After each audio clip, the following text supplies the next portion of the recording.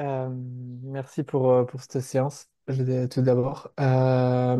Moi, je suis dans pas mal de résistance en ce moment, et, euh, et notamment par rapport à la semaine dernière. En fait, la semaine dernière, j'avais trouvé la séance vraiment très apaisante, où je goûtais quelque chose autour de la paix, où je me sentais vraiment tranquille, de façon intérieure, au calme. Et après, dans la semaine, j'ai appris des trucs qui m'ont qui, euh, qui m'ont ramené au fait qu'en fait, on est vraiment dans le défaire ici, dans le fait de défaire et lever les résistances. Et, euh, et tu vois, moi, je suis en contact aujourd'hui avec vraiment la violence physique et psychique aussi. Pas directement, mais avec une amie, une proche. Et du coup, je ressens une certaine souffrance qui n'est pas, comment dire, qui me met plus en difficulté que d'habitude. Hmm.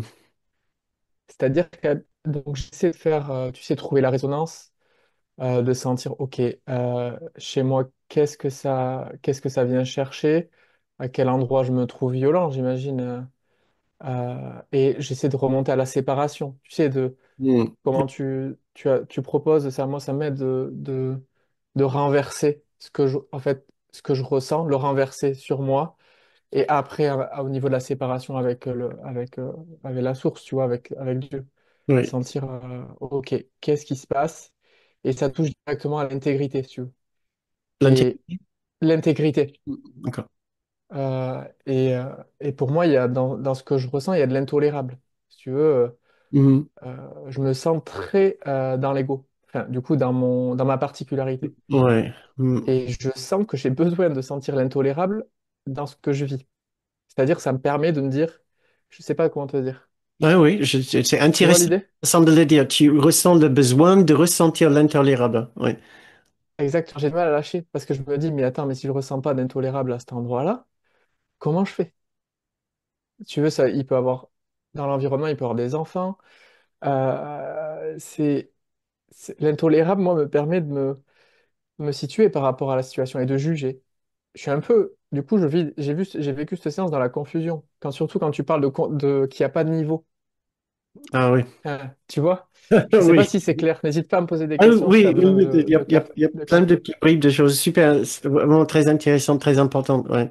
Tout d'abord, ce cours n'est pas un cours de bisounours où en nous disant l'amour de Dieu, la paix du Christ, etc., dans la paix pour chacun.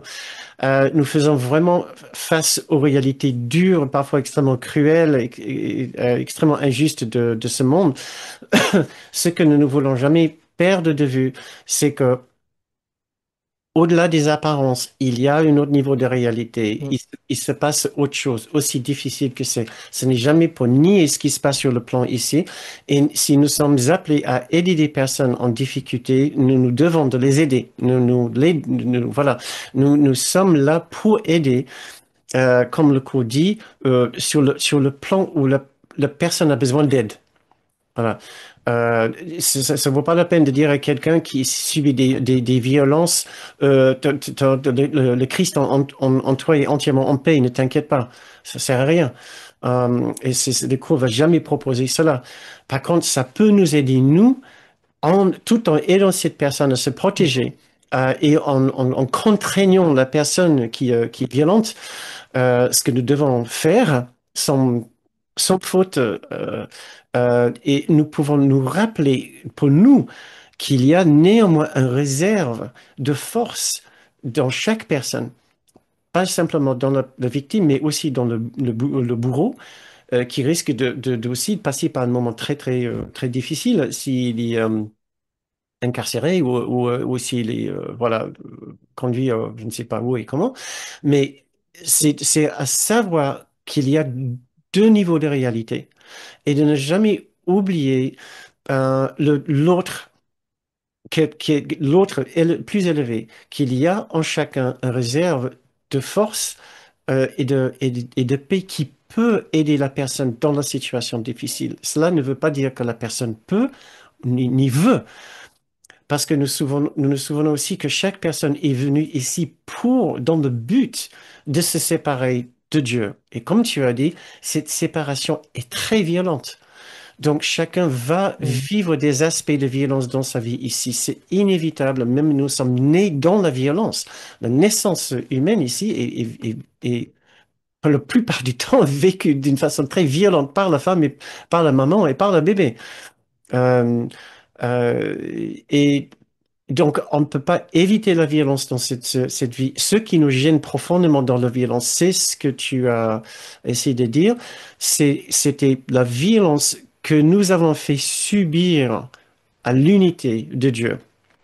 Nous pensons avoir fait subir, puisque cette séparation n'a jamais eu lieu. Donc, il n'y a jamais eu de vraie séparation, mais si je m'auto-définis, je continue à m'auto-définir, à m'enfermer dans mon petit soi, cela sera toujours avec un aspect de violence. Je ne peux pas Mm. m'auto-définir et m'enfermer dans le petit soi et être dépourvu totalement d'un ressenti d'une violence et d'un désir de voir cette violence, un besoin de voir cette violence ailleurs chez les autres. La responsabilité pour cette violence, en tout cas, chez les autres. Donc oui, tu es coincé dans le petit soi, mais pas totalement, puisque tu as suivi la leçon la semaine dernière, tu suis cette leçon, quelque part, ton esprit est bien ouvert à la possibilité d'autre chose. Tout ce que nous pouvons faire dans un premier temps, d'avoir confiance que Jésus n'est pas une présence qu'on appelle Jésus, le Christ, qu'on appelle ça autre chose, Mm. une guide supérieure. Cela existe dans l'esprit de chacun. Et l'autre chose qu'on peut faire, c'est de s'observer et de s'accompagner dans sa difficulté. Ce que j'ai dit tout à l'heure avec l'exercice sur la résistance, et de d'honorer et de respecter nos difficultés. C'est de ne pas essayer de fracasser les murs de notre résistance. Si nous avons encore des difficultés avec certaines personnes ou certaines expériences, c'est parce que nous ne sommes pas encore prêts à lâcher prise entièrement de notre petit soi, Mm. ce qui est justifiable et explicable. On comprend la difficulté de faire ça. Jésus dirait, moi je comprends pas, vous n'avez pas besoin de garder ça, mais nous, pauvres humains que nous sommes encore, nous comprenons bien. Et Jésus, oui, attends un instant s'il te plaît, je suis pas encore prêt à lâcher prise de ce monde entièrement et savoir que je n'ai jamais été tout ce que j'ai pensé être. Donc j'ai besoin juste un peu plus de temps. Il dit pas de problème. Mais en prenant ton temps, n'oublie pas d'effectivement de respecter ta difficulté, mais de jamais penser que la vraie difficulté est de cause du niveau de violence de l'autre personne. Ça, c'est très, très dur. Mm. Et c'est là où on revient vers les deux principes que je vous ai dit tout à l'heure. Il n'y a pas d'ordre de difficulté dans les miracles, c'est-à-dire une expérience d'amour est possible, ce qui est le miracle dans chaque situation. Le deuxième principe, c'est qu'il n'y a pas d'hierarchie d'illusion. C'est-à-dire qu'un acte de violence extrême n'est pas plus difficile à dépasser qu'un moindre niveau d'égoïsme ou d'irritation. Kenneth Wapnick insistait sur l'importance de ce point. Ouais. Il dit oui, en apparence, tout à fait.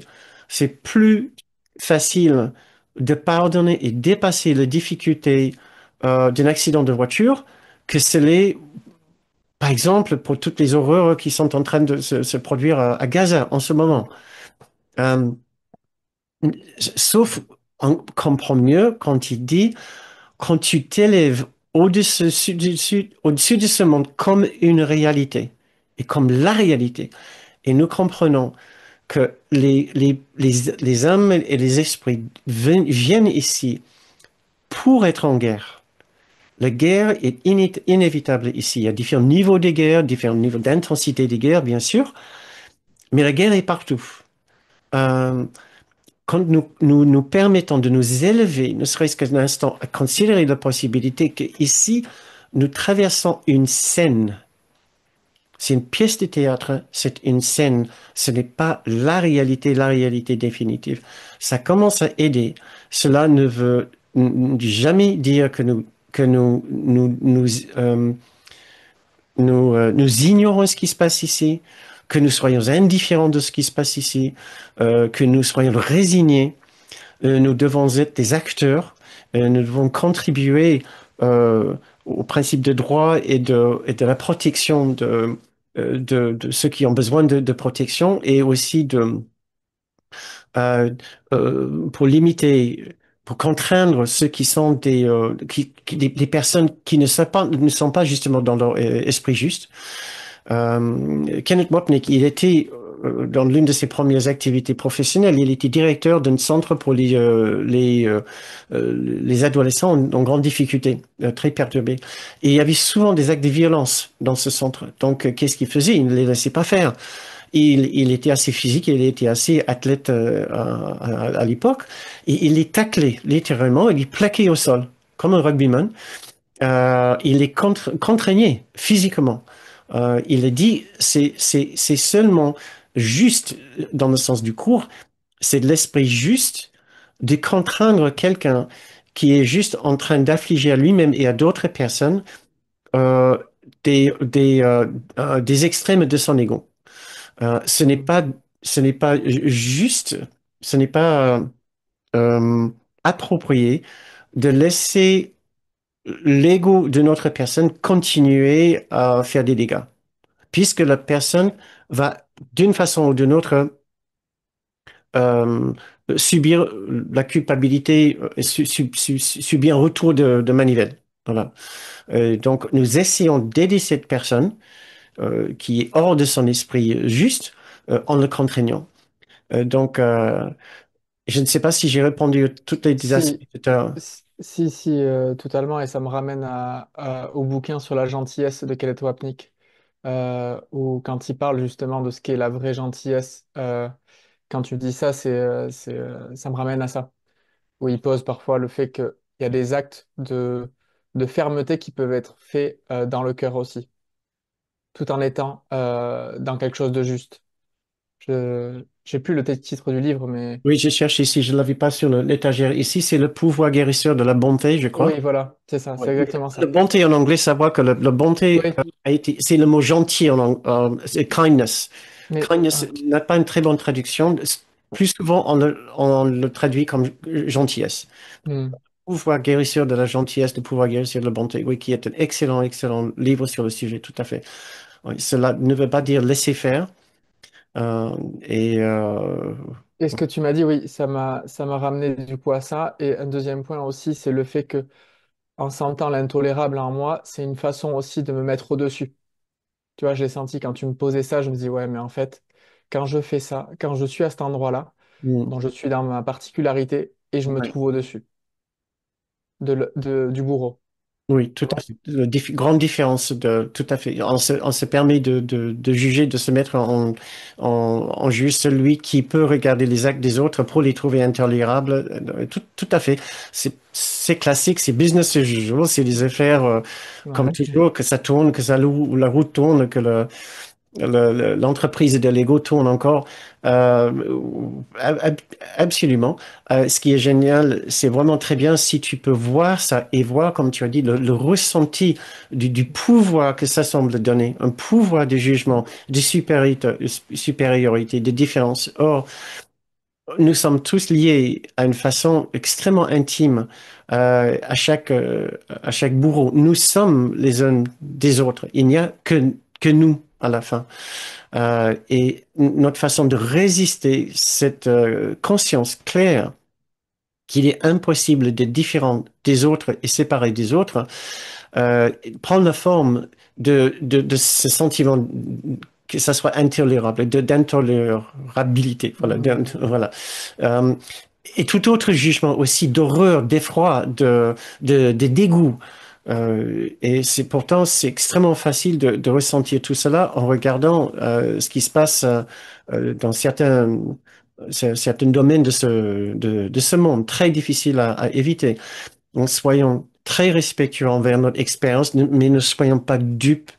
Ne pensons pas que notre expérience est inévitable à cause de la gravité de ce qui se passe dans ce monde. C'est à cause de notre difficulté de basculer dans l'esprit juste qui Hmm. verra cette situation d'une façon complètement différente. Si ce n'est pas au-delà de la capacité de Jésus de voir différemment, ce n'est pas au-delà de notre capacité de voir différemment aussi.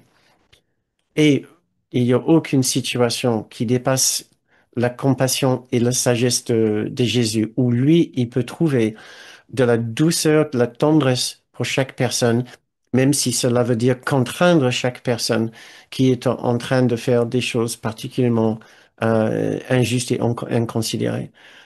Euh, c'est C'est très clair pour moi. Merci beaucoup.